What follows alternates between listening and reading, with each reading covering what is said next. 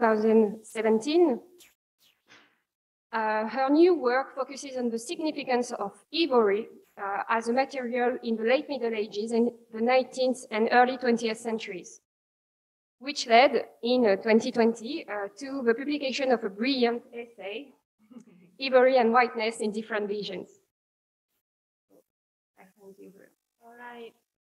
Well, thank you. I want to echo everyone, the other presenters, gratitude for the invitation to be here. Thank you for welcoming a medievalist into your midst at a conference on the Renaissance. Thank you for the wonderful lunch. I hope we're not all too tired after eating so well to be able to pay attention this afternoon. Okay. Well, among the considerable number of carved ivory objects that survive from the 14th century are a small group that appear to have been deliberately stained or dyed a dark red or brown color.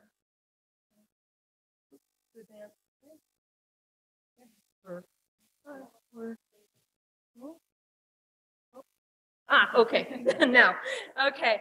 As can be seen in the examples included in this slide, this group cuts across the different types of ivory objects that survive from the period and includes carvings with religious and secular subject matter in 2 and 3 dimensions. The group also includes a small subset of the relatively large number of ivory virgin and child statuettes that survive from the period, including these 2 examples now in the Metropolitan Museum of Art. The staining of these objects stands out as surprising and therefore interesting because it counters our modern expectation that the white tone of the ivory material would have been utilized as a way of representing the Virgin's unstained purity. The use of stain or dye on these objects is sometimes acknowledged in museum descriptions of them, but it's not received serious attention in the scholarship. And I want to redress that in this paper by attending to the staining of these objects as a meaningful addition to the representation of the Virgin and Child. To date, to my knowledge, no one has tested these objects to determine what was used for the stain or dye. One possibility is madder, gourance en français. That's all the French I'll try to speak. Given that the 12th century text on art making known as the De Versus Artibus gives directions for using it to stain what the text calls elephant bone, along with fish bone and stag's horn. So to read the bit of text in English translation, staining bone red. There's a plant called madder, the root of which is long, slender, and red. It is dug up, dried in the sun, pounded in a mortar with a pestle, lye is poured over it, and it is heated in an unused pot. After it has been well boiled, the tusk of an elephant, although the Latin literally says bone there, not tusk, but I think we can assume it means tusk or ivory, or the bone of a fish or horn of a stag becomes red when placed in it. A 15th century Bolognese text published in Mary Merrifield's compilation of medieval and Renaissance texts on art making presents other options for materials to be used in dyeing bone red, including vermilion, minium, or verzino, or Brazil wood.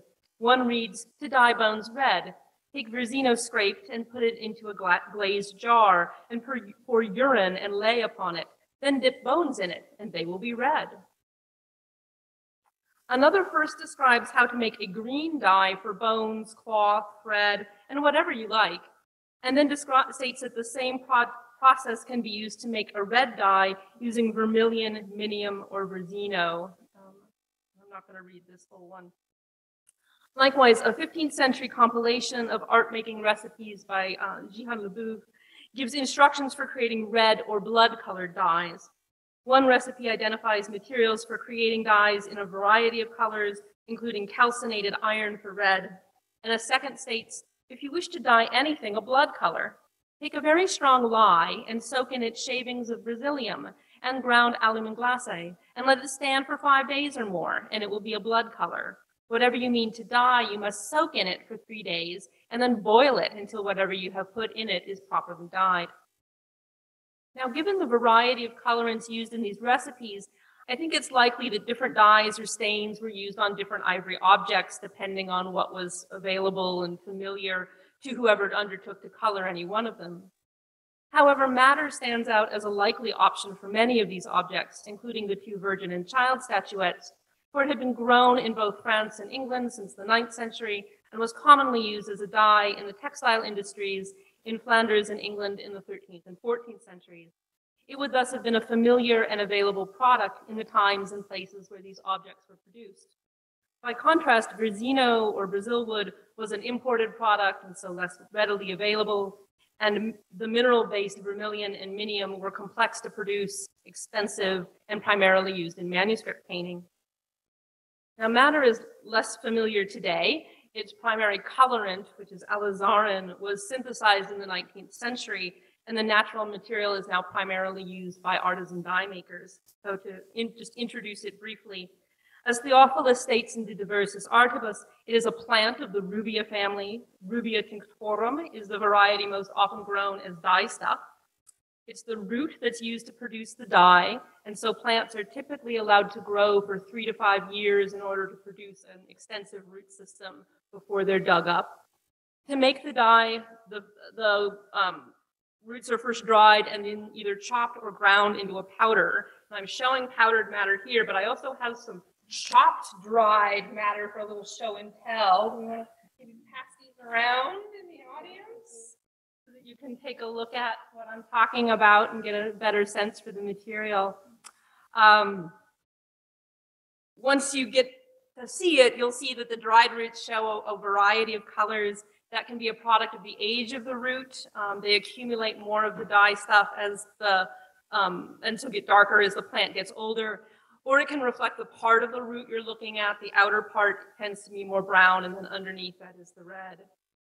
When used as a dye for textiles, madder produces a range of shades from orange to red to brown. The color depends on the quality of the madder, the way it's been prepared, the mordant used in dyeing, and other additives used in the process.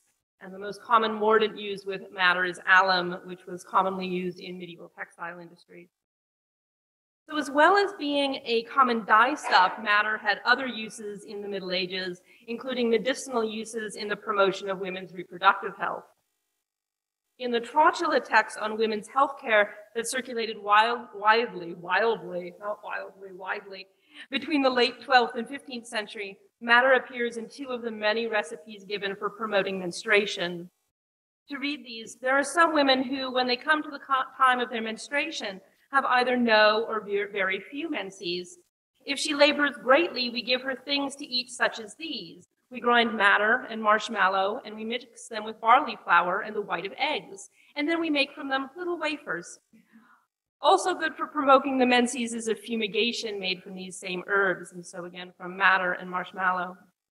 And for provoking the menses, take vervain and rue and pound them heavily and cook them with bacon and give them to the patient to eat. Afterward, grind root of delicate willow and root of madder and give the juice to the patient with wine. Madder also appears in this text in a recipe to aid a pregnant woman whose belly is distended with wind, and that is also recommended for preventing miscarriage.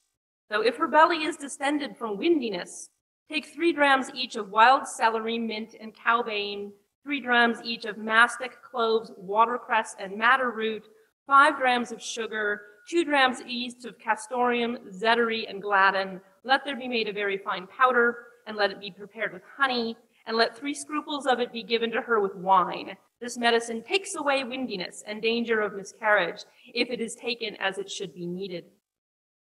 Likewise, the Book of Women's Love, a 13th century Hebrew text that survives in a 15th century copy, contains multiple recipes for promoting menstruation, 3 of which include madder.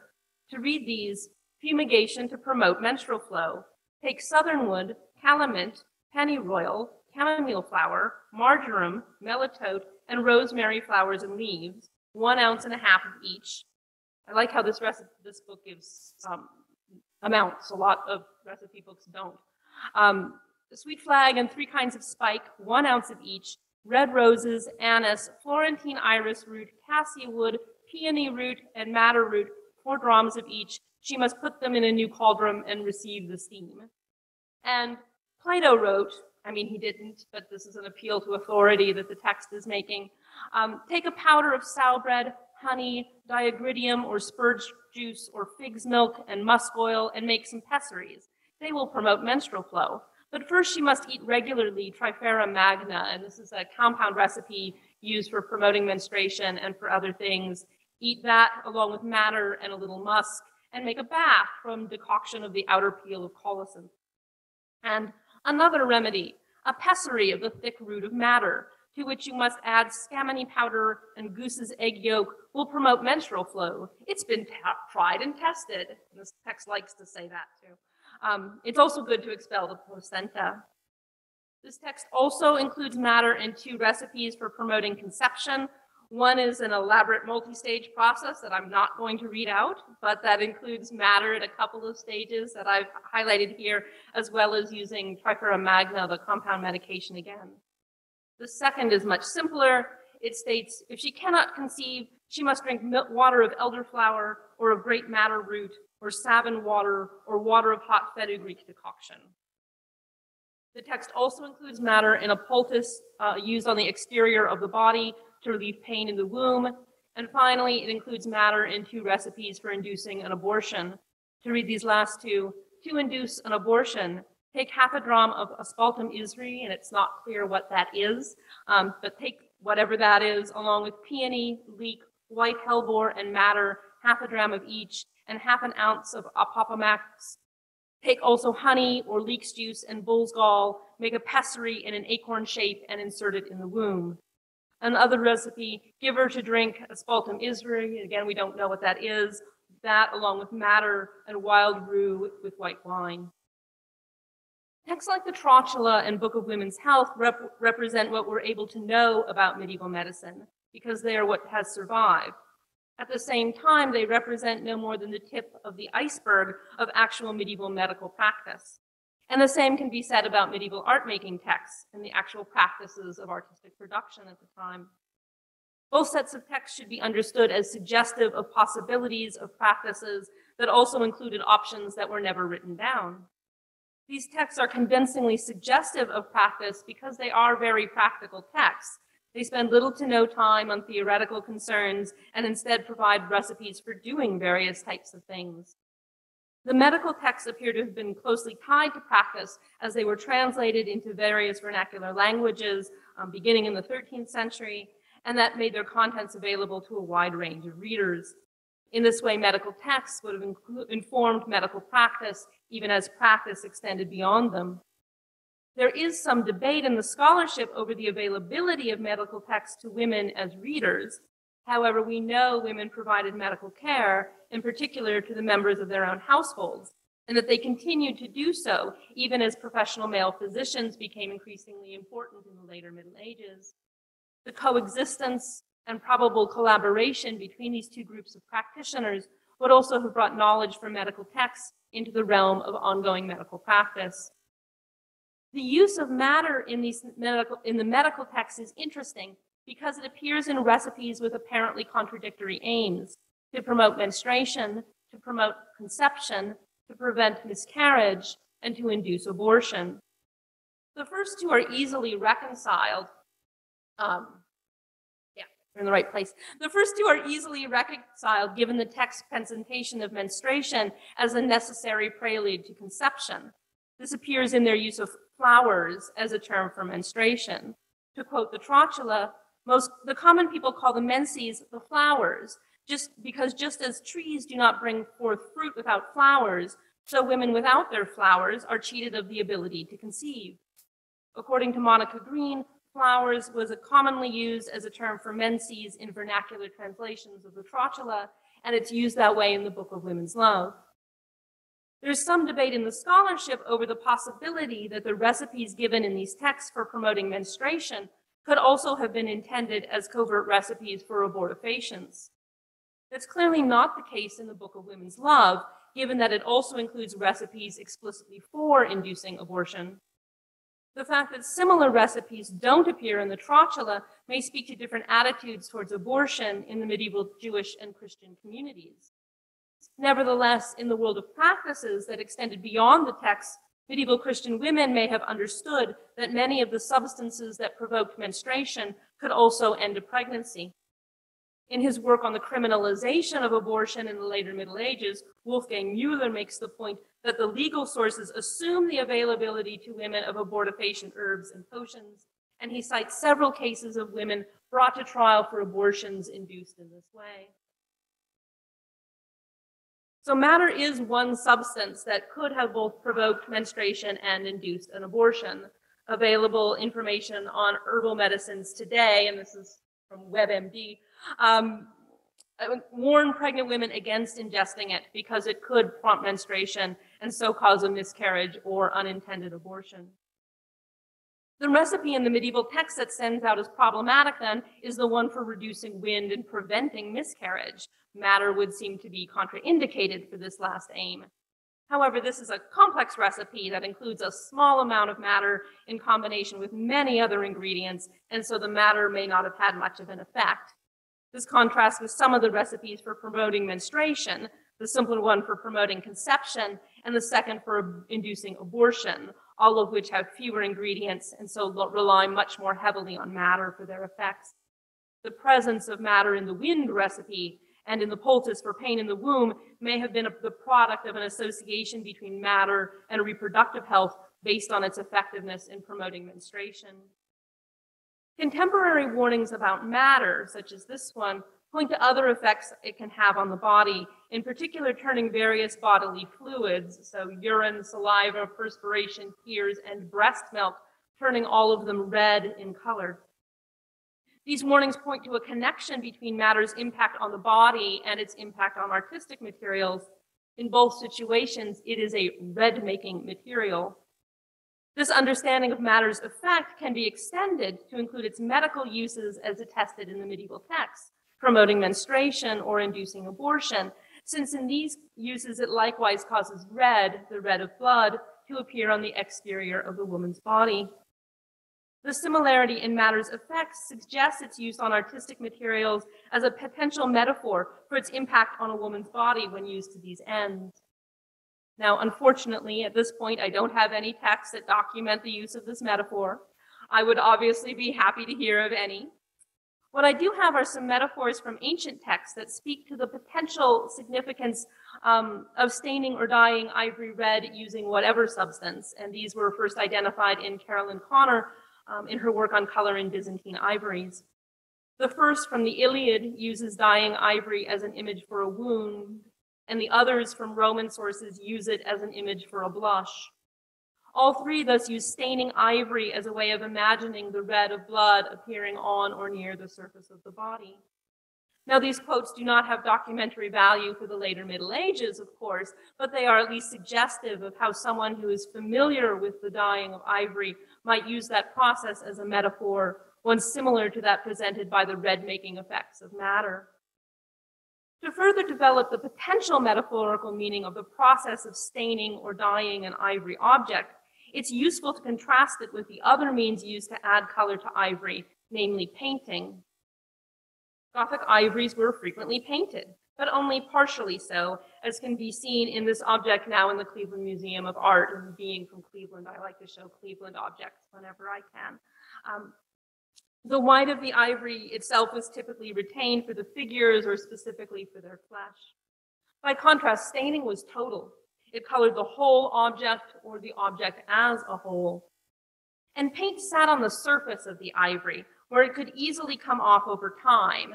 It had to be renewed for an object to retain its color, and it could be removed by cleaning, such as happened when ivories entered museums in the late 19th and early 20th centuries, or by the process of making plaster casts of ivories, as again was popular in the late 19th and early 20th centuries. This is why Gothic ivories today typically appear to be entirely white, even when they were originally painted. On some objects, traces of paint remain as stains in places where the paint penetrated and changed the color of the ivory itself. This can be seen in some greenish stains that appear on this object, also now in the Cleveland Museum of Art. This points to an important distinction between painting and staining or dyeing as processes. In the latter, the colorant is meant to penetrate and alter the color of the material to which it is applied. In dyeing textiles with madder, a mordant must first be used to open the fibers to receive the dye. In the recipe for dyeing bone or ivory with madder given in De Diversis Artibus, lye is used to allow the dye to penetrate into the material, and the other medieval recipes for red dyes use vinegar, urine, and similar substances. And these recipes also use heat and time to get the dye into the material, requiring boiling and or soaking the bone in the dye bath. Thinking about the penetrating action of the dye calls attention to the damage suffered by the statuette on the left here. Right there, left. The loss of the child and of the Virgin's lower arm, and to the fact that the surfaces exposed by the damage are also stained. Could the dye have penetrated the ivory sufficiently to stain its interior prior to the damage, or was it stained after it was damaged? I have to admit I don't know. Finally, to begin to draw the different parts of this talk together, we might make a connection between the different means used to get matter into artistic materials in order to color them, and those used in the medical recipes to likewise get matter into the body, to have its red-making effects there, whether making it into a wafer to be eaten, juice to be drunk, pessary to be inserted into the vagina, or using it as a fumigation to be sent up the vaginal opening. Staining or dyeing an ivory object thus constituted a penetrating, deep, and transformative change to the substance of the object and to the object as a whole. This process presents another potential metaphor for a similar change to the whole of a body or a person. Combining this with the potential meaning of matter suggests understanding its specific impact on the body in promoting menstruation or conception or inducing an abortion as such a change to the body or person of the woman who used it to any one of these ends. This is particularly true when we see matter as a material and staining or dyeing as a process applied to images of the Virgin and Child with their explicit thematization of motherhood. However, when applied to the Virgin Mary, these metaphors point to an understanding of Mary's maternity that's very different from that promoted by scholastic theology. According to the theologians, Mary's conception and birth of her son resulted in no change to her body. There was no pain, no blood, no loss of bodily integrity. She thus remained unstained by the process, which placed her apart from all other women. In the 14th century, when these objects were made, Franciscan theologians began to promote the idea of Mary's own immaculate conception, literally meaning in Latin, her conception without stain. As Claire Monagle writes in her recent Scholastic Affect, Gender, Maternity, and the History of Emotions, scholastic theology made Mary perfect over the course of the Middle Ages. They theorized her virginity, explained how she avoided the pains of childbirth, and finally how she herself was specifically without sin. The natality at the heart of the Christian story was sanitized by scholasticism, relegating the reality of women's sex bodies to the theological offstage. These objects may allow us to see some of what was happening in that offstage. For while theology was a dominant discourse in the Middle Ages, it was not the only one available. Medicine and art making provided other ways of thinking about the world, ways that are suggested by both the surviving text and the surviving objects. In the case of these statuettes, staining Mary red with matter would have brought her closer to women's experiences of their own reproductive bodies, to their desires to conceive on the one hand, and their need to deal with unwanted pregnancies on the other, and to both as potentially transformative experiences in their lives. Finally, in closing, I want to speculate a bit about who might have stained these objects and under what circumstances. Now I'm aware I've been speculating a lot throughout this paper. The identification of the stain on these objects as matter is speculative, as are my metaphorical connections between matter's artistic and medicinal uses and between staining ivory and changes to the body. But I hope you will indulge me in taking my speculations a little bit further. So few of these statuettes seem to have been stained that I prefer to see it as an individual act, something done by the owner of the statuette at some point after its production. I imagine this owner, and I imagine her as a woman, having matter on hand as a dye stuff for textiles, for medicinal use, for both. And I imagine her choosing to use it to color her statuette red to mark some moment in her own life, and so to make the object and its imagery personally meaningful in some way. Imagining this basic scenario, I'm brought back to thinking about the missing child in the English statuette. Has the owner first broken the child away and then stained the object red, and has she done so to mark the end of a pregnancy? I know this is pure speculation, and I may have now gone too far for some of you, but I want to imagine these kinds of possibilities, and I want to imagine them as history, as a way of recognizing all of the experiences that together make up our past. Thank you.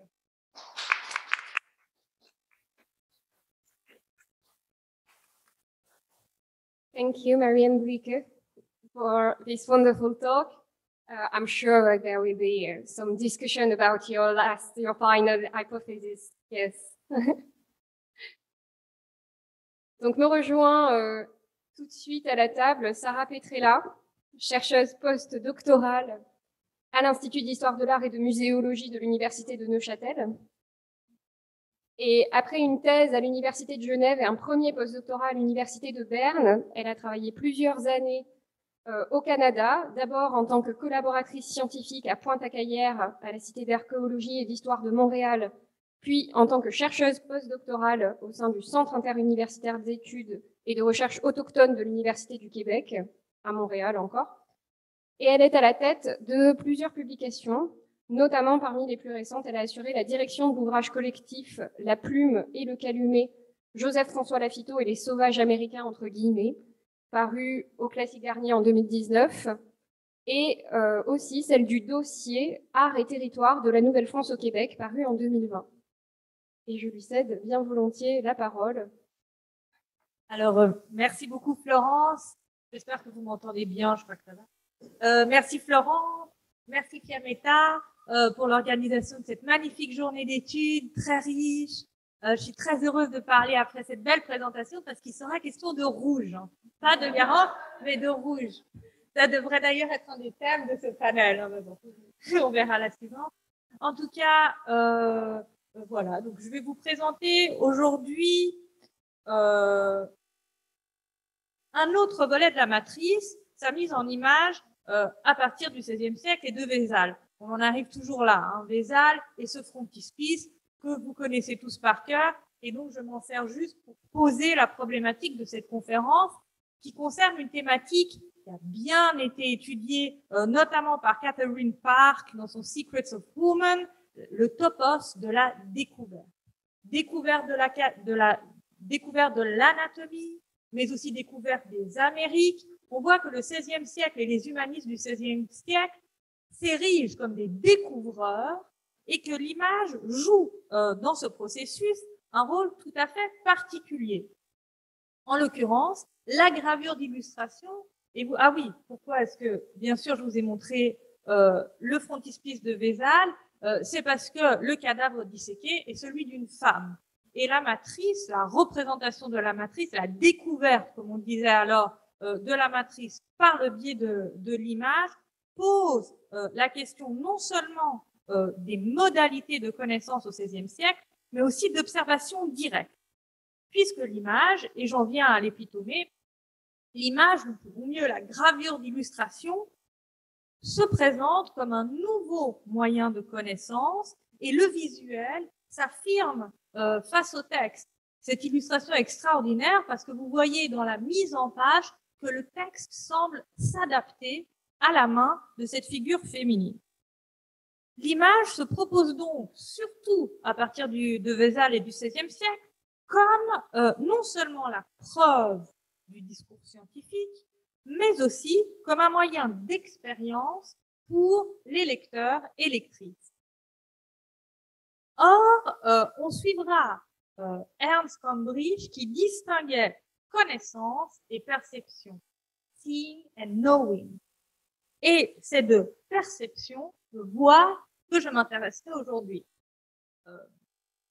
Andrea Carlino a proposé l'idée, je trouve personnellement très stimulante, d'impératif métaphorique pour parler des premières illustrations anatomiques au XVIe siècle, en montrant par cette idée d'impératif métaphorique que le discours scientifique fait surgir, ressurgir un univers symbolique complexe de signification et d'images associées au corps. En d'autres mots, le corps se donne à voir à travers des modèles picturaux, empruntés à la tradition. Et vous voyez ici le cas célèbre, il y a des petits soucis dans la typographie, mais bon, Perino del Vaga, qui sert ici de modèle, ou mieux de matrice, pour forger le corps de la femme disséqué dans l'ouvrage de Charles Estienne. Tout ceci est très connu. Et donc, je ne vous dis rien de nouveau. Ce qui m'intéresse ici, c'est d'interroger la gravure d'illustration, qui est un médium fait pour reproduire des motifs. C'est sa fonction première. D'interroger la fabrique du corps humain, non pas comme l'enveloppe, comme ici c'est le cas, vous voyez, c'est l'enveloppe du corps qui est utilisée, des motifs de l'enveloppe du corps qui est réutilisée dans les traités d'anatomie, mais c'est l'intérieur qui va m'intéresser aujourd'hui, puisque la matrice, vous le savez, avant Vézal, avant le XVIe siècle, est nue, flotte, ou mieux, elle est géométrique. Et donc, mon hypothèse est que quelque chose se joue à partir de Vézal de fondamental au niveau de l'image, qui a lieu, qui a trait à une nouvelle articulation de l'intérieur et de l'extérieur, et qu'à travers l'anatomie féminine, la représentation de l'anatomie plus généralement humaine, se construit en fait une nouvelle vision du monde. C'est ce dont je vais vous parler aujourd'hui. Et pour ce faire, je vais essayer de relire avec vous des illustrations célèbres, notamment de Vézal, pour comprendre le tournant de Vézal, mais comme une historienne de l'art, c'est-à-dire en les comparant à d'autres gravures d'illustration, à des peintures, mais aussi à des collections, à des dispositifs. On commence un peu avant Vézal, avec Berengario da Carpi. Vous voyez la légende? Si ça vous dérange pas, je pense que c'est surtout pour vous, pour avoir les dates. Berengario da Carpi, et j'aimerais illustrer avec vous, merci Témy, illustrer avec vous cette tension dont je parlais entre l'intérieur et l'extérieur. Alors, vous le savez, la matrice était pensée comme un organe interne et externe en même temps. Elle pose donc le problème de la représentation de quelque chose d'intérieur et d'extérieur, d'ouvert et de fermé. Première solution graphique géniale du graveur de Berengario da Carpi, c'est de jouer de l'analogie.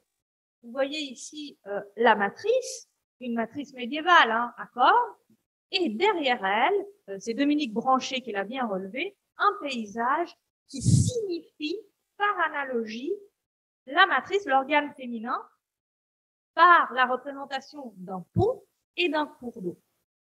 Et évidemment, on est là en plein dialogue avec Léon Baptiste Albert, qui imaginait l'image comme une fenêtre ouverte sur le monde. Je ne reviens pas là-dessus, parce que ce qui m'intéresse, comme je vous le disais, c'est comment les artistes résolvent cette tension de l'intérieur, de l'extérieur, à travers des images liées au paysage.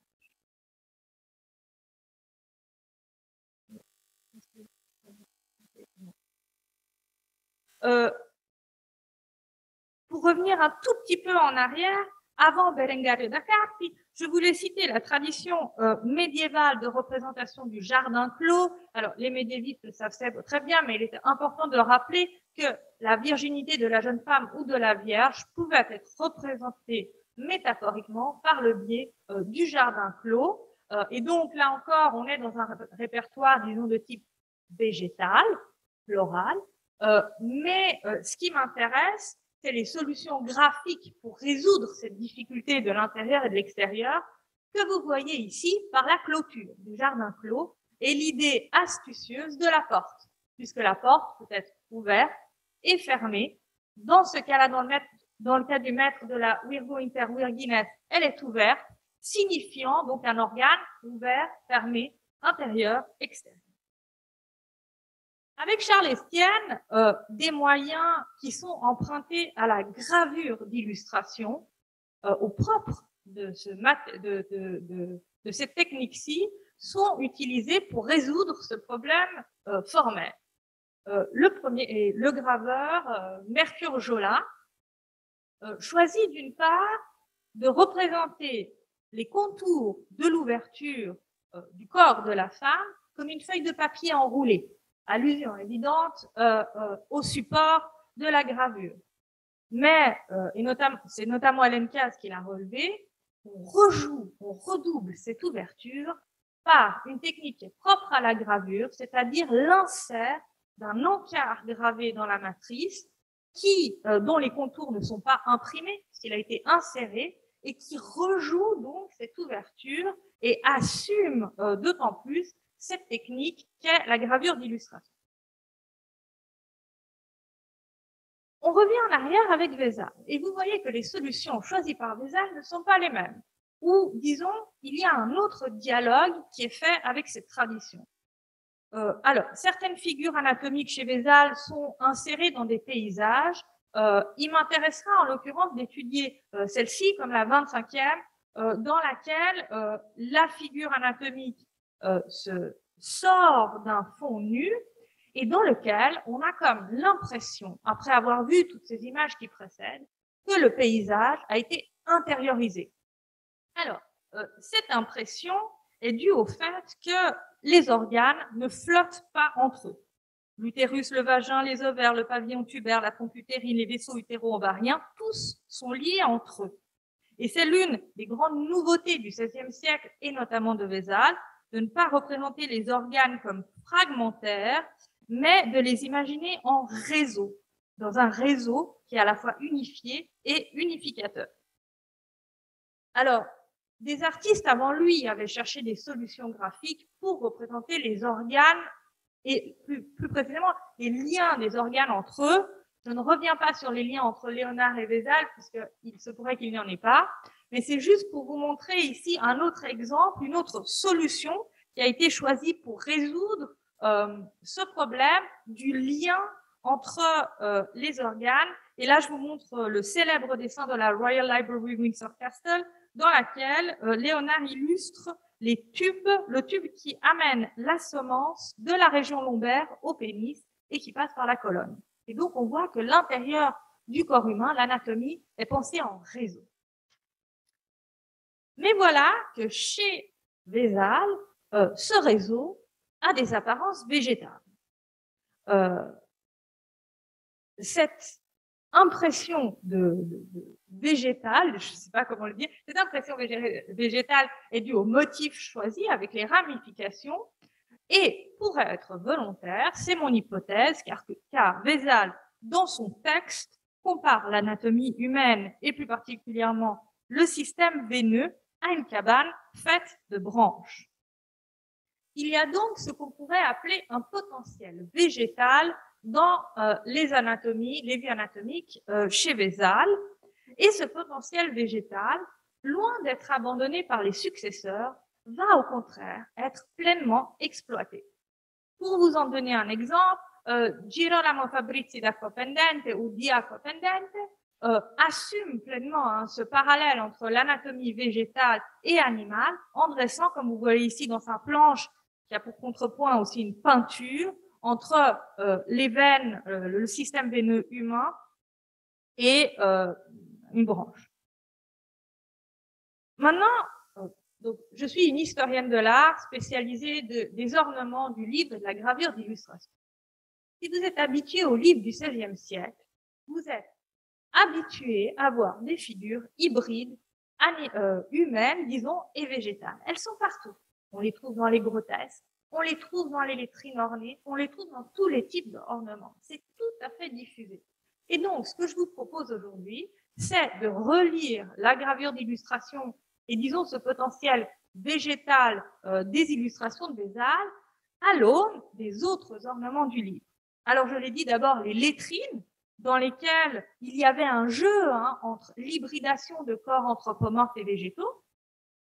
Il y a évidemment un dialogue possible avec les illustrations des métamorphoses d'Ovide, et je me réfère ici à un très beau livre de Michel Jeanneret, Perpetuum mobile, dans lequel il pense la Renaissance comme une période durant laquelle les interactions entre art et nature et la question de l'anthropomorphisation d'éléments naturels est fondamentale parce que c'est dans cette ambiguïté entre l'humain et le végétal que se joue toute la puissance de la nature. Alors, on a posé le mot nature, puisque comme genre, il s'agit de concepts en construction.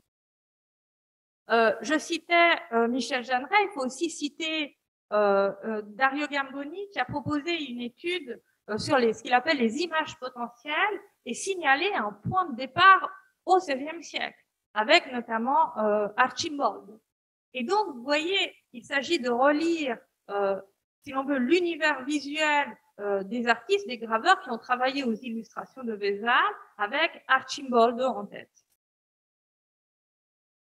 Mais si l'on voulait préciser tout de même un petit peu ce caractère végétal des anatomies du XVIe siècle, j'aimerais ajouter qu'elles ont un caractère aquatique, puisque vous voyez, les formes sont arrondies, les extrémités sont courbées, et à mon avis, il ne s'agit pas là d'un hasard, puisque, et Conchette l'a bien montré ce matin, il s'agit de représenter, c'est toute la difficulté, des formes aquatiques.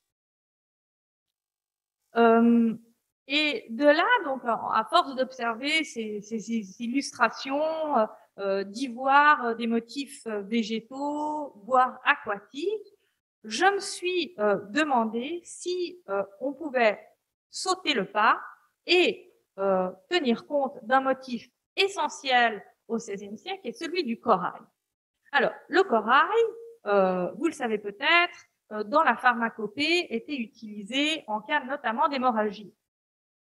Dans la peinture, à partir du Quattrocento en tout cas, il est un symbole lié à la résurrection du Christ, et donc, d'une certaine manière, symbole lié au sang. D'où mon idée, ne pourrait-on pas imaginer que les graveurs artistes, à partir de Vézal, ont repris parmi les différentes images végétales, celui du corail pour représenter l'intérieur du corps humain. Alors, répondons à cette question par des exemples.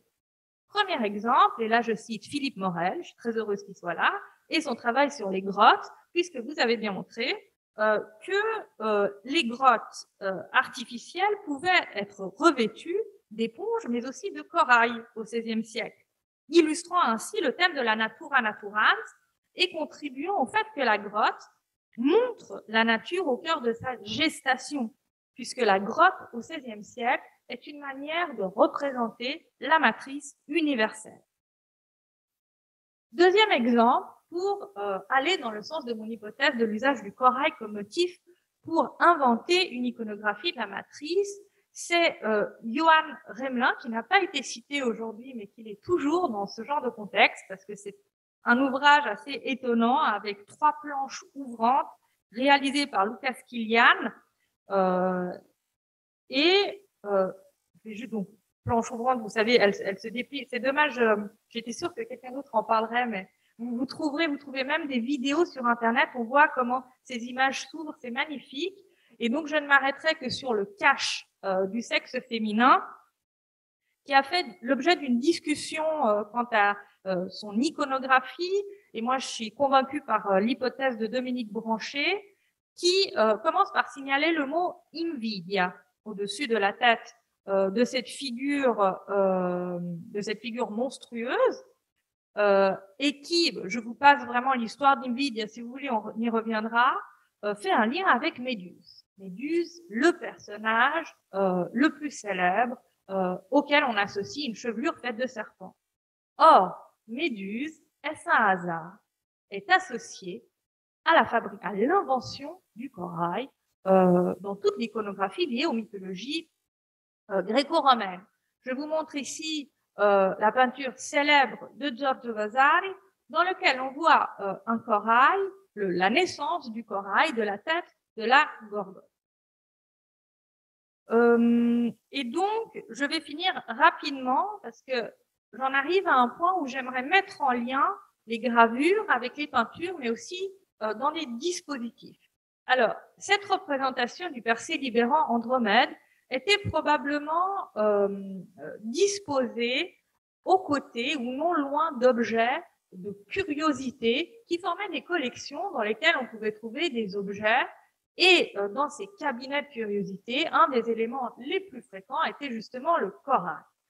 Corail qui, dans ces cabinets, pouvait être associé à des monnaies antiques, mais également à des parties du corps humain ou des monstres ou n'importe quoi naturalisé, mis dans du rhum par exemple.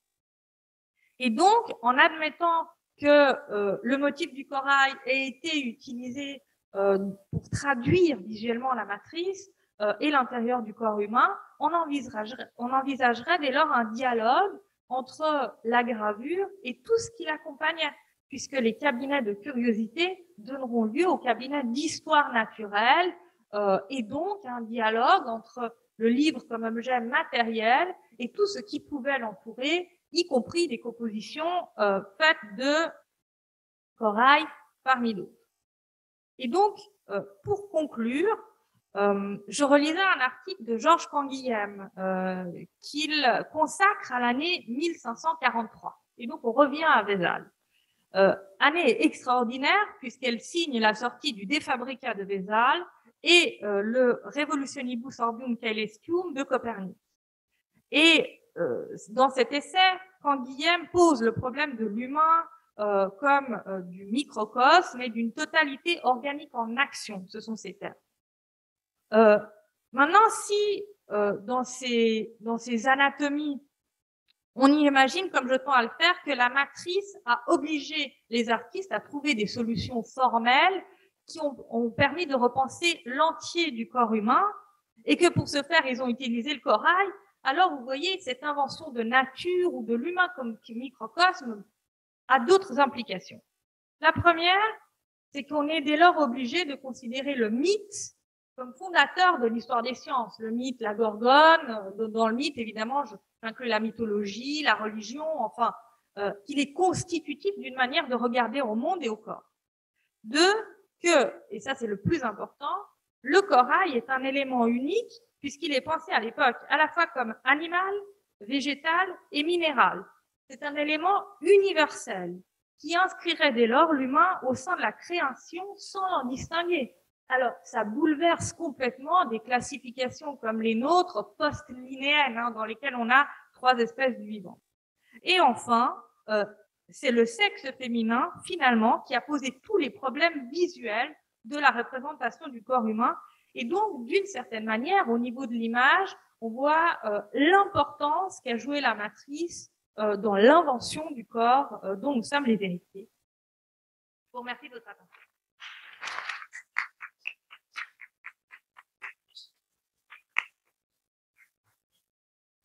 Merci beaucoup, Sarah Petrella. Je souligne d'ailleurs à quel point, en fait, la peinture d'intérieur de cabinet de curiosité que vous avez présentée est celle qui se trouve en salle du Char, seule image que nous possédons dans notre salle de travail, en plus. Oui.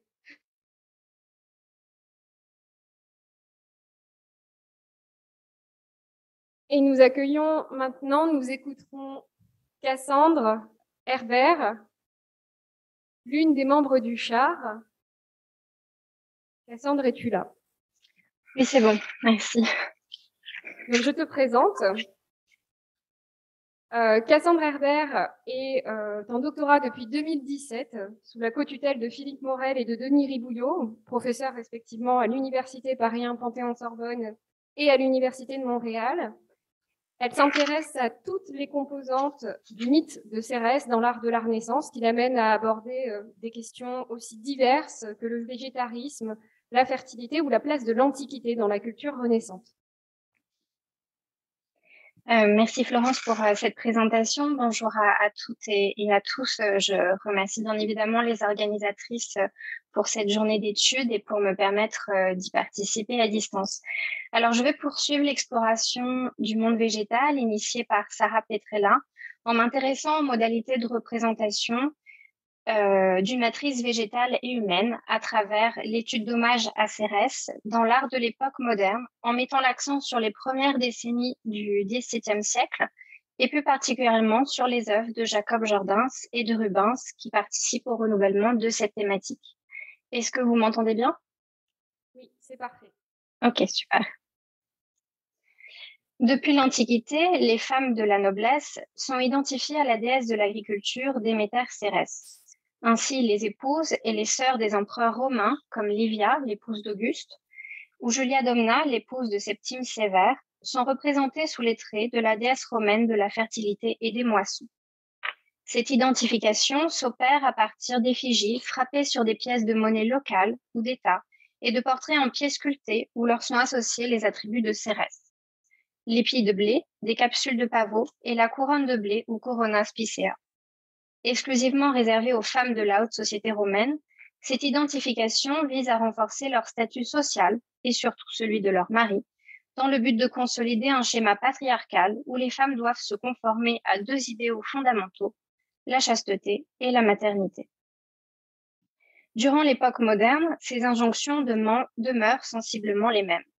Cérès est un symbole de fertilité et d'abondance essentiel du répertoire allégorique princier, tout comme du répertoire allégorique féminin, en ce que la représentation des histoires de son mythe, au sein d'appartements privés notamment, vise entre autres à souligner l'entente conjugale des nouveaux époux, dont le premier devoir est la procréation et la perpétuation d'une dynastie. En témoignent les portraits de femmes de l'élite romaine dite en Cérès, qui fleurissent de nouveau à partir du XVIe siècle et qui perdurent jusqu'au XIXe siècle, comme celui de Paola Gonzaga, peint par Parmigianino en 1523 à la Rocca San Vitale et de Fontanellato, et dont Philippe Morel a proposé une lecture renouvelée en 2017. En témoignent aussi les hommages à Cérès, comme celui peint par Giorgio Vasari en 1553 au centre de la voûte du palais Altoviti, où certains sacerdoces prêtent leurs traits aux membres de la famille du commanditaire Bindo Altoviti. Ces différentes versions de Cérès, au sein d'un système décoratif plus vaste, le mythe de Diane et Actéon à Fontanellato, les épisodes de Cérès et Triptolème, le cycle des saisons et les travaux agricoles au palais Altoviti, par exemple, sont autant d'images propitiatoires insistant sur les propriétés de Cérès, qui visent à protéger et à célébrer la fertilité de l'union au sein du mariage et la finalité de celui-ci, sa fécondité. Cette union féconde est d'autant plus mise en évidence par la juxtaposition explicite et déterminante d'éléments végétaux, en particulier la corne d'abondance apposée contre le ventre et la poitrine de la déesse et qui prend sa source au niveau de son pubis. On retrouve fréquemment au pied de la déesse une femme et un enfant disposés entre les jambes de celle-ci et qui indiquent du bas du doigt le bas-ventre de sa mère ou bien ses seins. S'opère alors, comme c'est le cas pour la fresque vasarienne, une continuité plastique et sémantique entre ces motifs iconographiques et la déesse, révélant à notre regard l'origine de la matrice végétale et humaine. Ici, la corne d'abondance, remplie de blé encore vert et d'autres mûrs, ainsi que des capsules de pavot, se dresse sur les cuisses de la déesse entre deux gerbes de blé qu'elle tient de sa main gauche. De l'index, elle indique le jeune enfant à ses pieds, qui, comme je l'ai dit, prend appui sur l'une des cuisses de sa mère, alors que cette dernière, agenouillée, présente son offrande à la déesse. L'enfant va alors indiquer en miroir de son index la matrice dont il provient, l'utérus de sa mère, et de son regard, celle de Cérès, génératrice de l'humanité. En effet, Cérès est depuis l'Antiquité une déesse dont les fonctions sont multiples et qui s'organise autour d'un réseau d'associations et de significations idéologiques liées à un même principe de fertilité et d'abondance. Elle est à la fois génétrix, puisqu'elle représente le principe actif qui permet aux plantes de croître. Nutrix, elle nourrit le peuple et contribue à sa croissance grâce aux froment ingérés. Et enfin mater, elle est liée à la fertilité humaine, puisqu'elle assiste aux unions et aux accouchements. Elle est la nourrice de Triptolème et de Démophon, mais elle est surtout la mère de Proserpine et de Iacchos Bacchus. La déesse est la manifestation du pouvoir créateur de la nature et de celui des femmes, puisqu'elle partage avec elle le même principe matriciel et la même nature ou tempérament humide, en opposition au corps chaud de l'homme selon la médecine hippocratique. Or, pour en revenir à la fresque de Vasari, la corne d'abondance, emblème de fécondité et de félicité, source inépuisable des fruits de la terre, dont Cérès apporte les semences, est porteuse de connotations phalliques qu'un observateur du XVIe siècle aurait immédiatement reconnues. Perino del Vaga, notamment, puis Giovanni Jacopo Carraio, dans ses Amours des dieux, dispose de manière suggestive une corde d'abondance aux connotations lascives entre les jambes de Cérès et contre le genou plié de Vulcain. Outre ce renvoi phallique dû à sa forme et à sa consistance, la corne d'abondance peut également renvoyer au sexe féminin, et plus précisément à l'utérus, étant donné sa forme conique et creuse, mais surtout sa fonction de réceptacle. Rabelais, entre autres, fait déjà allusion dans Gargantua et Pantagruel, lorsqu'il décrit les braguettes masculines, à la corne d'abondance pour décrire à la fois le sexe masculin et le sexe féminin, à la faveur d'un certain vocabulaire rustique agricole. De manière licencieuse, il utilise cette métaphore pour évoquer notamment la panse pleine des femmes après 3 mois, qui se seraient approchées de trop près des fruits de cette corne braguette. À la fois mâle et femelle, la cornucopia concentre chez Rabelais les discours scientifiques et médicaux de son époque, qui ont encore bien de la difficulté à nommer l'appareil reproducteur et génital des femmes, et présuppose dans la lignée d'Hippocrate, Aristote et Galien qu'il est construit de manière inversée par rapport au sexe masculin et se présente sous la forme mythique d'un vase renversé. On peut observer cette particularité physiologique dans la gravure accompagnant les descriptions anatomiques du corps de la femme dans le traité de Jacopo da Carpi datant de 1530, ainsi que les représentations de différents utérus. L'on retrouve encore au début du XVIe siècle chez André Vessal, père de l'anatomie, cette idée d'une correspondance des sexes génitaux, ce que Lacan nomme la théorie du sexe unique, alors que son observation du corps, grâce à la dissection, permet une connaissance plus approfondie du corps de la femme. Ambroise Paré, dans son traité de la génération, confond lui aussi l'utérus et la matrice, je cite. Or, pour le dire en un mot, la matrice a ses sentiments propres, étant hors de la volonté de la femme, de manière qu'on la dit être un animal, à cause qu'elle se dilate et raccourcit plus ou moins selon la diversité des causes. Au contraire, Jean Liébaud et d'autres médecins de la fin du XVIIe siècle s'élèvent contre cette représentation en creux ou connotation négative du corps féminin. Pour ce faire, ils insistent davantage sur l'importance de la matrice, un terme antique qui permet de décrire l'utérus, mais qui réduit la femme à sa fonction reproductive et maternelle, cela malgré les observations qu'apporte la dissection. Réminiscence du vase inversé décrit par les auteurs antiques, la corne d'abondance peut donc être interprétée comme une métaphore permettant de représenter la matrice et l'utérus prospère de la femme. L'Atlas anatomique de Adrian van der Spiegel, publié en 1626, propose des coupes anatomiques du corps féminin dans le sillage de Vessal, qui, comme le décrit Cordula van Wijn, je cite, montre que le corps humain se situait toujours dans une interrelation cosmologique des saisons, des cycles des âges et des constellations célestes. Ainsi, la 4e gravure montre une femme enceinte dont la peau, la paroi de l'utérus et le chorion ont été enlevés pour révéler le fœtus. Reprenant la pose d'une Vénus classique, le dessin de Fialetti est empreint de considérations religieuses, médicales et botaniques, qui associe la croissance végétale à la grossesse et à la naissance imminente d'un nouvel être fait à l'image de Dieu. Notons ici la forme végétale donnée à l'utérus, que l'on peut rapprocher d'une fleur, de lotus, ainsi qu'aux racines qui s'élèvent de la souche d'un arbre sur lequel la femme prend appui, et qui remontent jusqu'à l'aine, évoquant la pénétration. Plus qu'une image anatomique de la femme enceinte, le graveur a produit une image sublimée de cette femme, fleurissante ou en fleurs, qui démontre le nouveau tournant pris par l'illustration scientifique, où s'entrecroisent durant les premières décennies du XVIIe siècle théologie, mimésis et recherche de la beauté artistique. L'analogie entre le monde végétal et la matrice ou l'utérus persiste dans les œuvres des peintres de la première moitié du XVIIe siècle, qui proposent une solution iconographique similaire à celle que l'on a pu observer chez Giorgio Vasari. Toutefois, ils en proposent une interprétation renouvelée, à mi-chemin entre des considérations de l'ordre de l'érotisme, de la sexualité et de l'ordre de la science, de la philosophie et de la morale.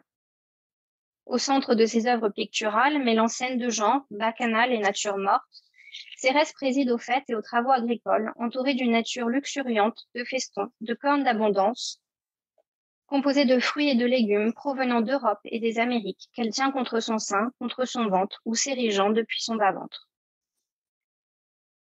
Vers 1620, Jacob Jordaens, peintre anversois influencé par l'œuvre de Rubens, dépeint une version des offrandes à Cérès dans une œuvre de grande dimension. Cérès est positionnée sur un piédestal, on la reconnaît aisément à ses attributs. Elle est couronnée de blé et tient dans ses bras une corne d'abondance d'où s'échappent des fruits et des légumes qui viennent joncher le sol. des raisins, des grenades, des poires, des pommes, ainsi que des artichauts. Elle est drapée dans un imposant manteau rouge qui ne laisse apparaître que ses mains et son visage, dont le regard est tourné dans notre direction. Autour d'elle, des paysans, des hommes, des femmes, ainsi que des enfants, réalisent leur offrande, accompagnés de 2 bovidés et d'un cheval. La scène est assez théâtralisée, notamment par l'introduction de draperies dans la partie supérieure de l'œuvre, qui donne l'impression que la déesse se trouverait dans une sorte de niche, ou bien de grotte. Jordaens explore à plusieurs reprises la thématique de la célébration de la générosité de la nature, en s'inspirant notamment des textes d'Ovide, mais surtout des Géorgiques de Virgile, que Karel van Mander a traduit et publié en néerlandais en 1596. Son allégorie de la fertilité de la terre, où se mêlent satyres, nymphes et personnages rustiques, ainsi qu'une profusion de produits de la nature, reprend directement l'invocation au dieu tutélaire de la nature qui vient ouvrir le poème virgilien. Je cite « Ô vous, plein de clarté, flambeau du monde, qui guidez dans le ciel le cours de l'année, libère et toi, alme Cérès, si grâce à votre don la terre a remplacé le gland de Chaoni par l'épi lourd et versé dans la coupe de l'Achélos le jus des grappes par vous découvertes, et vous, divinité gardienne des campagnards, faune, portez ici vos pas, faune, ainsi que vous, jeunes dryades, ce sont vos dons que je chante. » Au centre de l'œuvre, une femme, parfois identifiée à Cérès par les historiens de l'art, porte au-dessous de sa poitrine dénudée et au niveau de son ventre, au milieu des draperies de son corsage, plusieurs grappes de raisin qui ont substitué la corne d'abondance, tenue cette fois par des satyres dans la partie gauche de la composition. Bien plus qu'une seule allégorie de la terre, cette œuvre illustre certainement une allégorie de la fertilité humaine. Jordaens va en effet réutiliser un dispositif de voilement-dévoilement, déjà observé dans les traités d'anatomie, comme l'a indiqué ce matin Concetta Penuto, permettant d'indiquer au spectateur le lieu de la matrice des femmes. L'une des nymphes ou bacchantes a en effet pour office de soulever les nombreux tissus qui composent la robe de cette femme, célébrée, tout en cachant de son corps dénudé l'ouverture portant vers son sexe. Pourtant, l'un de ses bras pénètre dans ce passage tracé directement, on le devine, vers le pubis puis l'utérus de la femme. Pour en revenir à l'hommage à Cérès, il est fort probable que l'artiste se soit inspiré des vers de Virgile pour sa réalisation, en confrontant de manière novatrice le personnage divin à une foule de paysans contemporains. Cette hypothèse est confirmée par les similarités assez évidentes entre la gravure datée de 1596 d'Andri Goltzius, qui introduit le texte de Van Mander, donc les Géorgiques de Virgile, et les solutions formelles proposées par Jacob Jordaens. Toutefois, Goltzius inscrit davantage la déesse dans un contexte agricole où le paysage prédomine. Des paysans, uniquement des hommes, rendent hommage à la déesse, alors que derrière eux, plusieurs groupes de paysans procèdent déjà aux moissons. Si Jordaens dérobe entièrement le corps de la déesse à notre regard, la gravure de Goltzius dévoile le lieu de la matrice végétale. Les seins dénudés, une corne d'abondance contre son flanc, Cérès tient très clairement le manche de sa faucille contre son pubis, remontant par la même occasion son vêtement contre son ventre. Il s'agit là d'une allusion certaine à la fertilité de la terre, garantie par les propriétés prophylactiques et nourricières prêtées à Cérès. Une iconographie déjà explorée par Goltzius en 1589, où dans la partie droite de la composition, un paysan est représenté en train de récolter les semences directement depuis la corne d'abondance que lui tend et offre Cérès, des semences qui serviront par la suite à ses compagnons occupés déjà à labourer les champs. S'il est certain que la gravure de Goltzius est une allégorie de la fertilité de la terre incarnée par Cérès, l'introduction de personnages féminins et enfantins, mais aussi les animaux, dans la version de Jordaens, nous amène à penser que Cérès est ici davantage invoquée en tant que divinité liée à la fertilité humaine. L'artiste a fait l'économie d'un fond paysager, laissant entrevoir des cultures. Outre la présence de personnages de toutes les générations, allusion possible à la nature cyclique du temps et de la vie humaine, il a placé au premier plan de la composition une sorte de Madone à l'enfant qui crée un parallèle, une sorte de chiasme visuel avec la déesse. Jordaens a enveloppé intégralement le corps de Cérès dans un manteau rouge qui contraste avec la blancheur de la chair, de ses mains et de son visage. La matrice divine de laquelle proviennent les fruits de la nature est soustraite à notre regard, et à celui des paysans, alors que la fonction reproductive de la femme est mise en évidence par l'enfant qu'elle tient dans ses bras, qui découvre et indique au spectateur la poitrine généreuse de celle-ci. Unique personnage vêtu également de rouge, elle dirige son regard et sa main droite vers le veau accolé contre sa mère. Cérès tient contre son sein les fruits de la fertilité de la terre, la femme tient contre son sein le fruit de la fertilité humaine, un enfant blond comme les blés et en bonne santé. En d'autres termes, ce que la déesse cache, la matrice, qui est plus est nourricière, la paysanne le dévoile dans cette œuvre. Rubens, au contraire, propose une solution iconographique, davantage érotisée et sexualisée. Pour ses nombreux tableaux illustrant la fertilité et la fécondité, il reprend le motif de la corne d'abondance s'érigeant entre les cuisses de Cérès, dont le corps dénudé est offert au regard du spectateur. Motif emprunté aux peintres du XVIe siècle. Comme ce portrait de femme en Cérès provenant de l'école de Fontainebleau. On peut alors se questionner sur l'agentivité de ces images où intervient, en dehors de la déesse et d'une nymphe, un personnage féminin vêtu de manière contemporaine qui appose ses mains contre la corne d'abondance afin sans doute de bénéficier des bienfaits fertilisants de la déesse. Notons que ces œuvres comportent de nombreuses allusions à la sexualité. Ainsi, nous pouvons observer divers melons et figues entrouvertes que l'on retrouve également dans l'univers priapique en tant que métaphore du sexe féminin. Les épis de blé font quant à eux directement allusion aux semences produites par l'homme. L'union des deux sexes est mise en exergue au bas du tableau Cérès et Pan, achevé par Rubens en 1620. Au centre de la composition, dans une clairière et à l'abri des regards, sont assis les deux divinités garantes de la fertilité de la nature. La rencontre entre ces deux divinités est rarement représentée et peu commentée par les mythographes de l'Antiquité. On pourrait rapprocher cette scène d'un passage rapporté par Pausanias dans sa description de la Grèce, où Pan, tandis qu'il chasse, découvre par hasard Cérès, alors que les dieux eux-mêmes ignorent où elle se cache. On peut alors avancer l'hypothèse que la nature, ici incarnée par Cérès, cache sa matrice, sa production spontanée, et ses bienfaits aux yeux des dieux et de l'humanité, symbolisés certainement par les personnages représentés à l'aune de la clairière dans la partie gauche supérieure de l'œuvre. Seul Pan la découvre, mais semble chez Rubens porter peu d'intérêt à l'abondance des produits devant lui. L'artiste a en effet introduit plusieurs allusions à la sexualité. Notons le regard lubrique du dieu, plus intéressé par le sein de la déesse que par les produits qu'il récolte, ou encore la forme des légumes disposés dans la partie inférieure gauche de la composition, en allusion certaine à l'acte sexuel. Enfin, au corps froid de Cérès et à l'humidité de la terre qu'elle incarne, s'oppose le corps rougi et chaud de Pan, équilibre essentiel à la génération. Entre 1621 et 1625, les mêmes années où Adrien van der Spiegel prépare la publication de sa femme enceinte florissante, Rubens réalise le 11e tableau composant le cycle de Marie de Médicis, illustrant la naissance de Louis XIII.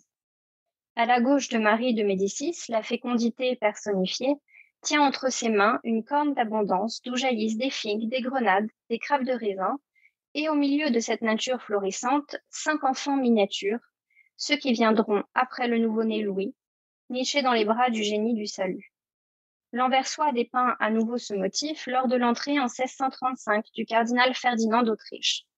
Une iconographie empruntée à la numismatique antique qui figure sur l'arche célébrant la politique matrimoniale des Habsbourg, qui a permis à l'Espagne de prendre le contrôle des Pays-Bas.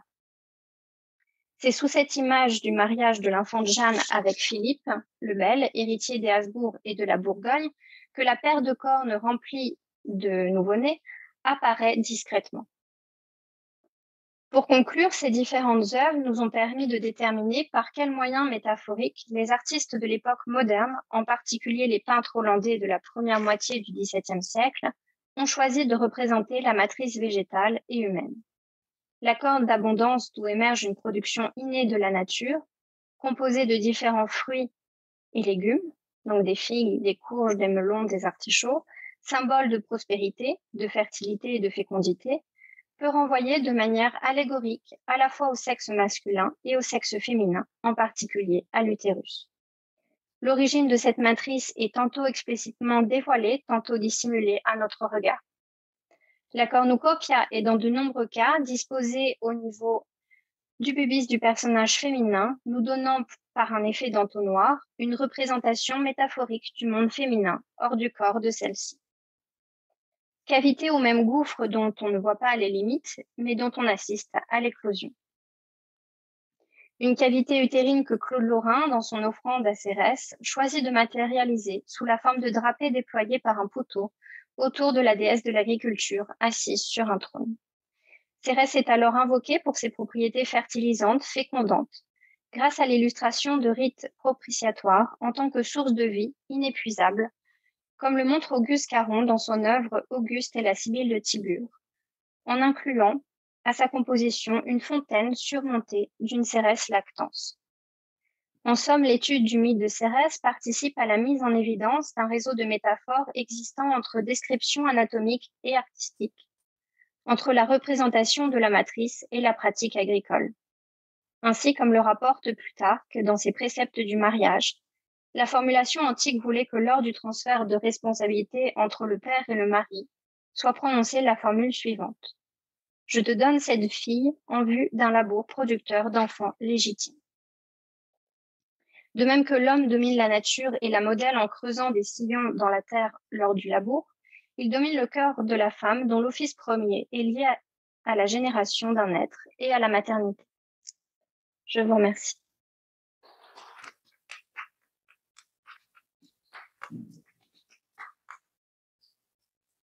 Mille merci, Cassandre. Alors, je vous invite toutes les deux, Marianne Bleke et Sarah Petrella, à venir vous asseoir. On va lancer la session de discussion et Fiametta va passer le micro.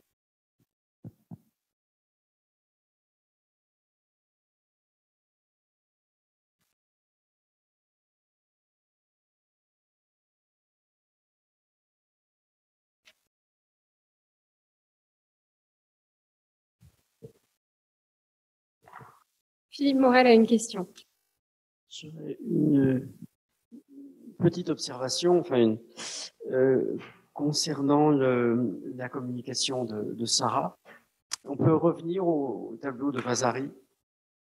Non, alors vraiment, c'est la chose où je ne veux pas dire. Il serait mieux avec les images, pour mieux.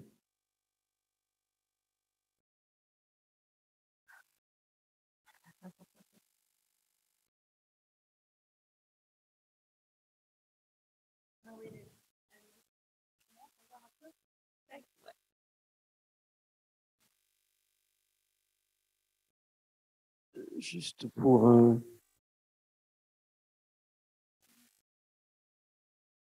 insister sur tout l'intérêt du recours à la figure du corail pour représenter le réseau sanguin. Il se trouve que ce tableau fait l'objet de la part de Vasari d'une interprétation du mythe qui est tout à fait singulière parce qu'il détourne le texte d'Ovide. Dans le texte d'Ovide, le corail est produit par le regard pétrifiant de la tête de la Gorgone sur le végétal. Or, dans le tableau de Vasari, et c'est issu d'un texte d'Antiquité tardive, je ne rentre pas dans les détails, mais je pourrais vous les signaler. Dans le texte de Vasari, le corail est produit par la congélation du sang qui s'écoule de la tête de la Gorgone au contact de l'eau. Donc, il y a une étroite mise en relation entre le sang et la forme végétale qu'il prend par ce processus de pétrification. Donc, ça ne fait que renforcer, je veux dire, cette...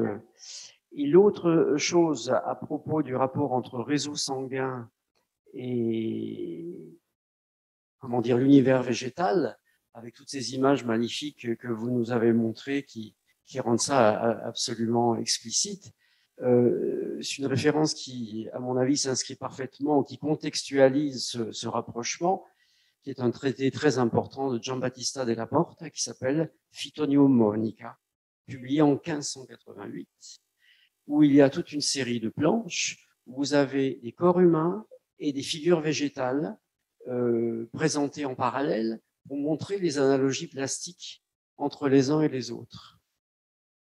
Phytognomonica. C'est pas le traité de physiognomonie, c'est le traité de phytognomonie, en 1588. Et il développe, je dirais, de manière infinie ces analogies entre le corps humain. Alors là, il ne s'agit pas du réseau sanguin, il s'agit de la morphologie du corps humain et des formes végétales. On voit par exemple les images que jadis j'ai reprises à telle ou telle occasion entre une main et une branche, etc. Donc, on est vraiment dans ce type de rapprochement. Merci.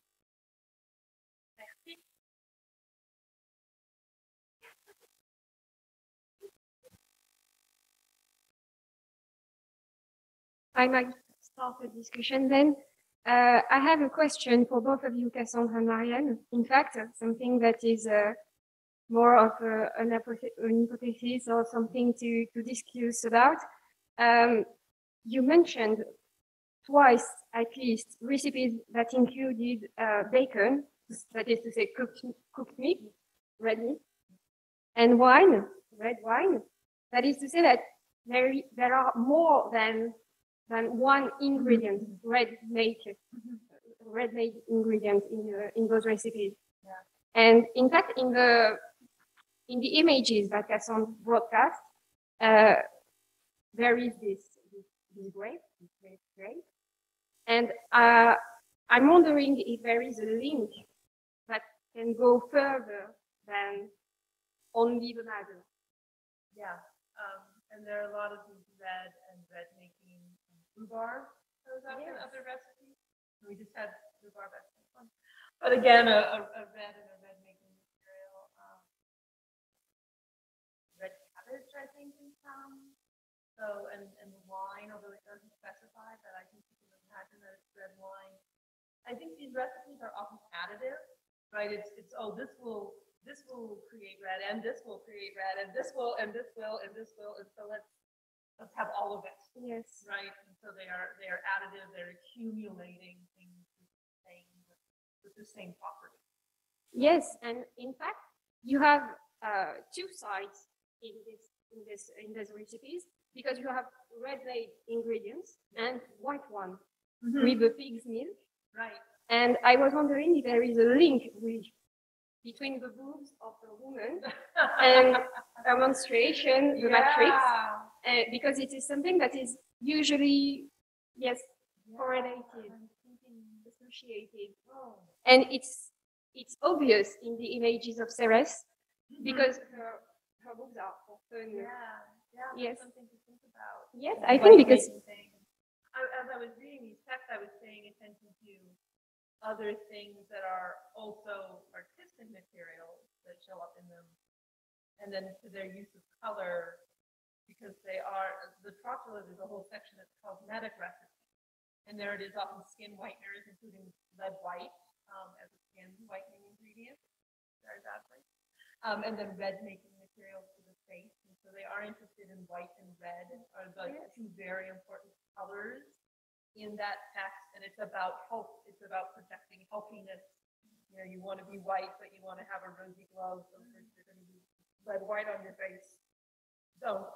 And then you're going to put something on your cheek to brighten yourself up. So it's about a kind of ruddy, healthy complexion. So I think there is whiteness and redness and healthiness in a lot of these materials.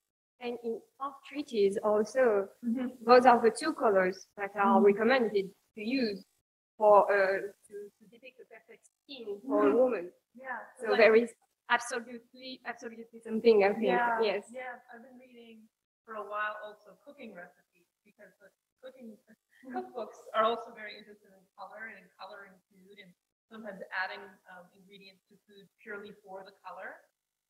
So to try to make food various colors, and so materials that might show up in medical recipes and art making recipes, and then in cooking recipes that make these different colors. I think it's really fascinating. Yeah. Je sais pas ce que t'en penses, Cassandre. Je pense vraiment qu'il y a, enfin, j'aimerais avoir ton avis sur ce lien éventuel entre le rouge et le blanc, dont t'es beaucoup parlé, Cérès ou des allégories de la fertilité dans ton corpus de Jacob Jordaens et de Pierre-Paul Rubens. Du coup, blanc et rouge, les sangs, pureté et incarnation, poitrine éventuellement et matrice peut-être. Ouais, c'est une très bonne hypothèse. Il y a aussi la théorie des humeurs qui serait intéressante à explorer pour ces images. Je m'étais intéressée dans une autre communication à la manière dont Rubens va chercher à représenter la chair vivante dans ces tableaux. Et il y a effectivement toujours cette recherche et cette juxtaposition d'un personnage. On voit aussi chez Jordaens d'une Cérès qui va être très blanche, mais en même temps enveloppée dans un manteau rouge, et des bacchants, des satyres à la peau particulièrement rougie. Donc oui, c'est une remarque très intéressante à faire pour approfondir le sujet dans ma thèse. Question de Clémence.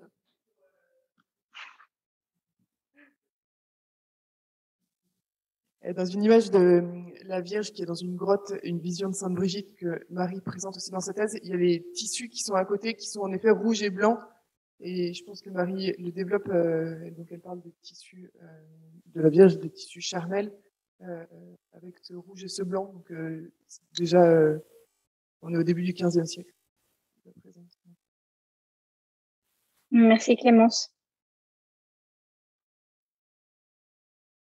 I have a question for Sandra, and I apologize that you may have already explained this in your talk, because I am slowly processing the French. I have to re-listen on my own to understand the presentation. But of course, when we see Ceres, we see the female figure, and very often there are associations in the sources of the poses and the presentation with religious images, with paintings and prints of the Virgin Mary. But I was wondering about the Goltzius print that you showed, the homage in a horizontal rectangular formula. And to me, it is an absolute equivalent of an adoration of the shepherds, where there are the three shepherds gazing at the figure of Ceres. And I just am curious, I don't know, did you comment on that in your paper, or is this something that you were thinking about and could say more of? And if someone could translate the answer for me, thank you. Tu as entendu, Cassandre? Oui, j'ai entendu.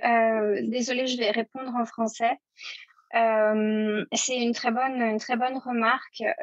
C'est justement quelque chose, une association entre Cérès et la Vierge que je compte approfondir dans ma thèse, puisqu'on a parfois la substitution dans des gravures qui reproduisent des œuvres de Rubens de la figure de Cérès par la Vierge Marie. Et donc on va se retrouver dans une composition où la Vierge est célébrée par exactement les mêmes poutis, avec ces guirlandes, ces festons luxuriants. Et donc, c'est une association, oui, que je compte creuser entre l'univers de Marial et l'univers de Cérès. So, Melissa, Cassandra is saying that, in fact, she will study this association because she has many more images in the corpus of Pierre-Paul Rubens and Jacob Jordaens that substitute the Virgin to Cérès. Mm-hmm. Yes, it's just fascinating because in so many, Ceres is seen addressing a general public represented by all ages, both genders, the children, the three stages of man. But in that particular, that's where she has the three peasants looking at her as the three shepherds are presented in so many Renaissance pictures. It's fascinating. Thank you. Thank you. Juste une question pour Sarah. J'ai trouvé très intéressant quand tu as parlé de matrice intérieure et extérieure. J'aimerais bien juste revenir dessus pour bien comprendre. En fait, dans le langage au niveau du vocabulaire, il y a pas mal de confusion parfois entre les organes génitaux extérieurs et les organes génitaux intérieurs, donc utérus et puis vulve.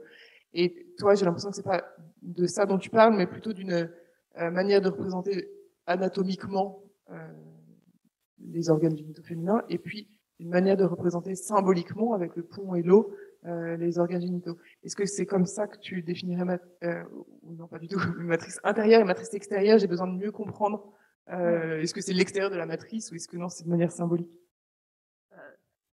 Si je me trompe pas, la matrice comprend l'appareil génital intérieur et la vulve, c'est-à-dire les parties externes.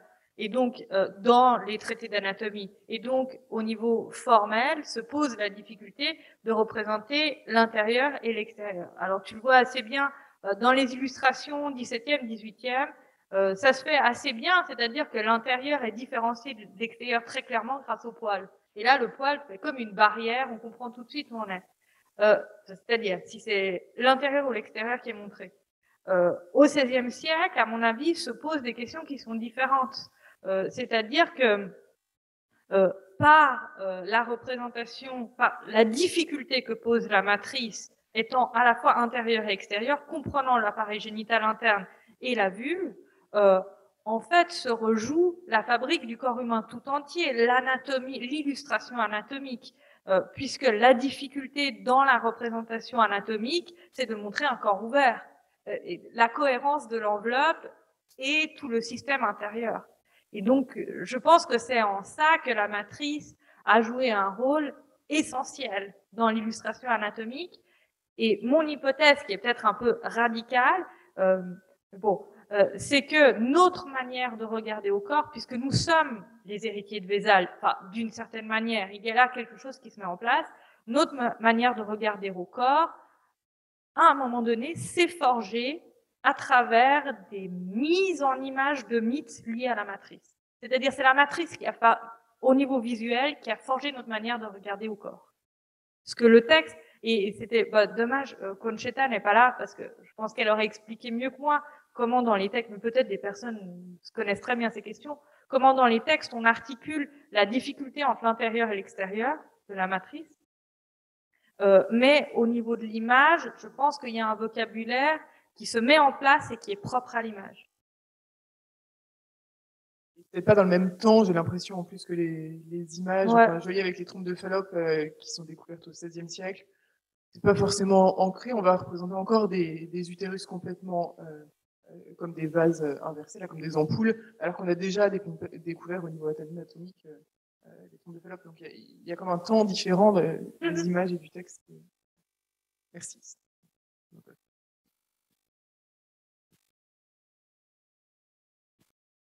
Oui, merci beaucoup. Je reviens moi aussi aux interventions de Sarah et de Cassandre. J'avais peut-être une remarque. Je reviens sur l'analogie avec les fleurs qui a été développée en fait dans d'autres interventions aussi ce matin. Tout d'abord, vous aviez montré une gravure. Malheureusement, j'ai pas réussi à la noter. Avec ce ventre ouvert et le fœtus qui est représenté au centre, et les plis de la peau forment véritablement des pétales autour du fœtus.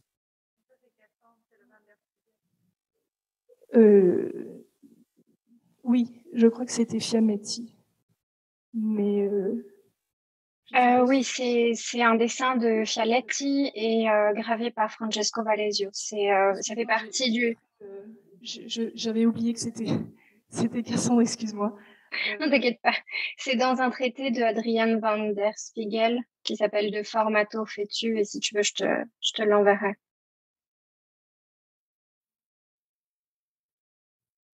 Oui, comme il y avait d'autres images qui ressemblaient un petit peu de Vézal, j'ai un petit peu confondu les deux, excusez-moi. Donc déjà, on a moi, je trouvais que le rapport entre intérieur et extérieur s'exprimait aussi c'est bien ici, et c'est beaucoup plus que des coupes finalement anatomiques. Il y a une vraie mise en scène du corps pour intentionnellement ou non, je ne sais pas, mais qui, dans tous les cas, ressemble à une éclosion. Il y a une sorte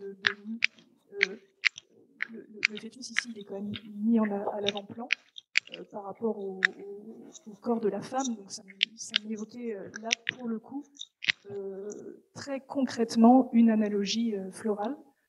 Et évidemment aussi les petites, là ça n'a rien à voir, les petites têtes donc du bouquet, le bouquet de têtes d'enfants est encore plus parlant dans cette insistance sur l'analogie avec les fleurs. Donc je ne sais pas si ça se retrouve, si ça devient systématique à partir d'une période. Léonard de Vinci avait déjà parlé de ça. Donc peut-être que ça constitue un axe à part entière qu'on pourrait faire émerger de ces journées, ou moins de cette journée, ou du moins de ces interventions-là. Je ne sais pas si ça se retrouve dans d'autres images anatomiques.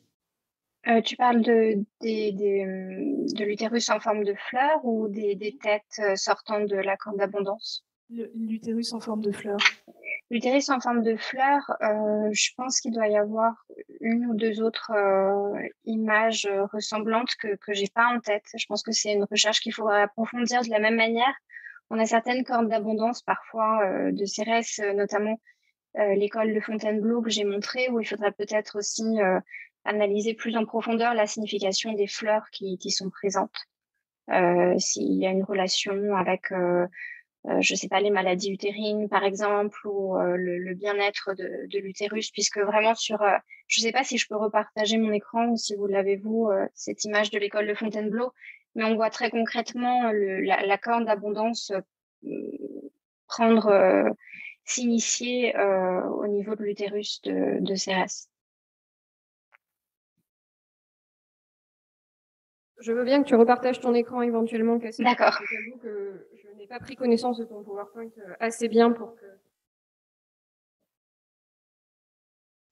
Donc voilà, ici, je ne sais pas si vous pouvez le voir, mais donc ce portrait de femme qu'on dit en Cérès, où il y a une très grande présence de fleurs qu'il faudrait analyser plus précisément. On a toujours la grappe de raisin, un melon présent, et on voit bien cette corne d'abondance qui prend son début au niveau de l'utérus, avec d'autres fleurs en bas. Et puis,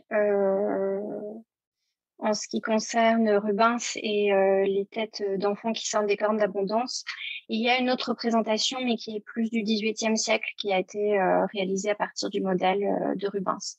Mais il faut savoir que c'est spécifié dans la commande qui a été passée à Rubens qu'il faut ces têtes d'enfants qui dépassent de la corne d'abondance.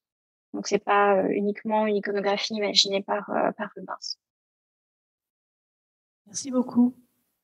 Peut-être pour rebondir éventuellement sur cette idée, c'est vrai qu'il est récurrent dans la littérature médicale d'avoir cette idée qu'un utérus, qu'une matrice saine est une matrice qui sent bon, et notamment qui sent la rose. Donc Concetta aurait sûrement été beaucoup plus à même d'en discuter, mais c'est peut-être vers là aussi qu'il faut chercher ça, sachant que pour le XVIIIe siècle, ensuite, on se rapproche beaucoup plus de la rocaille, peut-être avec l'inclusion de ce motif végétal et floral en particulier. Je sais pas, à voir. Si je peux me permettre, c'est pas exactement l'assimilation du sexe féminin à une fleur, mais dans le Cantique des Cantiques, c'est-à-dire à partir du Cantique des Cantiques, se met en place une esthétique floréale, disons, du corps féminin. Donc, il faudrait tout inscrire dans une tradition biblique. Ce qui serait intéressant, c'est de voir si dans d'autres religions se mettent en place d'autres iconographies. Ça serait drôle. I was just thinking of the different ways we've seen flower. Oh, the different ways we've seen flower already today. That this morning it was in the context of sexuality and the hymen and being deflowered, right? And then in the trotula, the flowers are menses, which prepare you for menstruation. And then in this image, we have the flower and the child, so that the metaphor is multivalent, right? That we can see it used in many different ways already today. And it's probably why it is used more than mineral metaphors. Yes. Yeah. And actually, I have a question for you, if you may. We have a colleague of ours, Jeremy Curry, who wrote a book about image that you can eat. So I was wondering, are your statues eatable? Because they were colored with matter, could we imagine other use, forbidden use, of course, of images by people, in, for example, in magical treaties or something like that, that you can take the material on the statue and eat it? One of the texts does recommend eating burnt ivory, so blackened ivory like would be used as a black pigment. But then another one recommends eating ivory shavings. Wow. Yeah, which is just one little comment that I didn't bring in, but yeah, now I want to know where the broken one, where those parts went. I don't know that. I mean, it's a fascinating idea, isn't it? Who knows? Who knows? Yeah.